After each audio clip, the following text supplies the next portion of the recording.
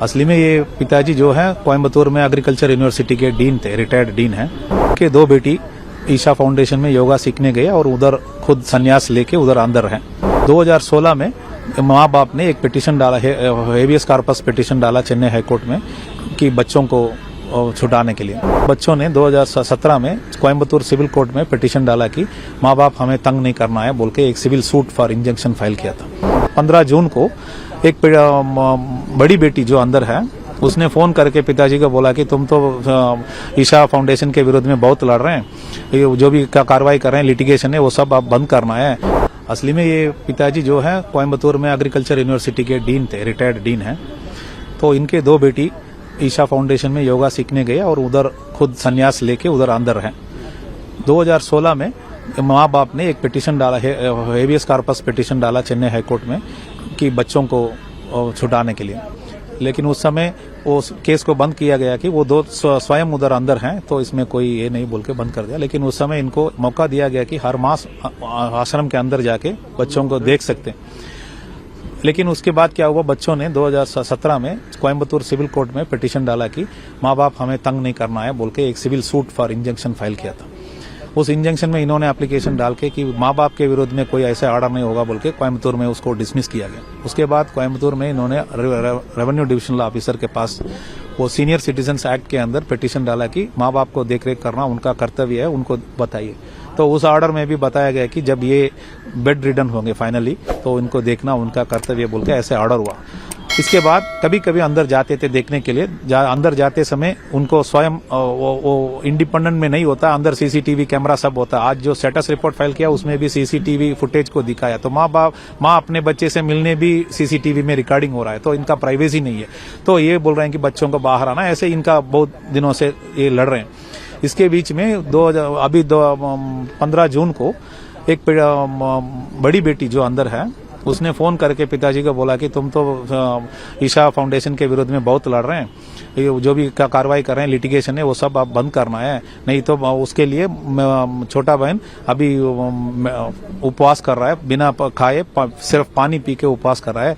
तो इनको ऐसे बोला तो इनको आशंका लगा कि हमारे बच्चों को उधर अंदर है तो अंडर ड्यूरस है, अंडर प्रेशर उनको कुछ फाउंडेशन का जो कार्रवाई है उसको वो कार्रवाई इसके पीछे हो सकता है बोल के इनका आशंका के कारण कि हमारे बच्चों का जान खतरे में है बोल के एचसीपी फाइल किया था। तो चेन्नई हाईकोर्ट में जब ये डिवीजन बेंच के सामने आया उस समय बेटियों भी स्वयं उसी दिन जब एडमिशन था उसी दिन वो भी उपस्थित थे। उन्होंने बोला कि हम स्वयं अंदर हैं, हमें कोई संन्यास हमने लिया, हम सन्यासी हैं, हम तो ऐसे उधर हम अपने आप रहते हैं, हमें कोई धमकी नहीं दिया, हमें कोई फंसा नहीं रखा है। उस समय इन्होंने उसके बाद न्यायाधीशों ने इनको भी पूछताछ किया वही कोर्ट में। पूछते समय इन्होंने पिताजी ने बताया कि इनके जो भी हुआ उसे बताया। उसके बाद माँ के पास पूछते समय माँ ने रो के बोला मेरा बच्चे मुझे चाहिए। मेरे माँ जब बीमार था मरते समय भी इन्होंने नानी को देखने के लिए ये लोग नहीं आए अपने नानी ग्रैंड मदर को देखने के लिए नहीं आए, ऐसे ऐसे बोल के वो रो रही थी। और उसने भी बोला कि जब जिस दिन इनके बेटियों ने संन्यास लिया था उस समय 9 और लड़कियों औरत भी संन्यास लिए थे। और इन्होंने बताया बहुत लोगों को ऐसे बर्बाद किया, ऐसे ऐसे बोला। तब उस सुप्रीम कोर्ट में नहीं, उस समय क्या हुआ चेन्नई में उस समय जज चेन्नई न्यायाधीशों ने पूछा कि हाईकोर्ट में कि ये क्या है और कोई केस है तो उसके बारे में बताओ। और उन्होंने ये भी बताया कि जो फोन का इन्वेस्टिगेट करो कि उसने जो फोन किया है वो ठीक है या नहीं। पुलिस को रिपोर्ट सबमिट करने के लिए बताए थे, लेकिन स्टेट पुलिस बड़े पैमाने में अंदर गए थे और इंक्वायरी कर रहे थे। इसके कारण इधर सुप्रीम कोर्ट में इन्होंने मूव करके स्टे लिया था ईशा फाउंडेशन ने। उसमें स्टेटस रिपोर्ट फाइल करने के लिए ऑर्डर दिया गया था। चेन्नई का एचसी भी इधर लिया गया था। आज हम लोग उपस्थित थे और स्टेटस रिपोर्ट फाइल किया गया है। स्टेटस रिपोर्ट में छोटे मोटे इधर उधर का कुछ डिफेक्ट्स बताया, बाकी सब तो 500 लोगों का स्टेटमेंट लेके अंदर के वासी है उनसे स्टेटमेंट लेके बताया कि ये सब ठीक है वो है बोल के ऐसे स्टेटस रिपोर्ट फाइल किया गया।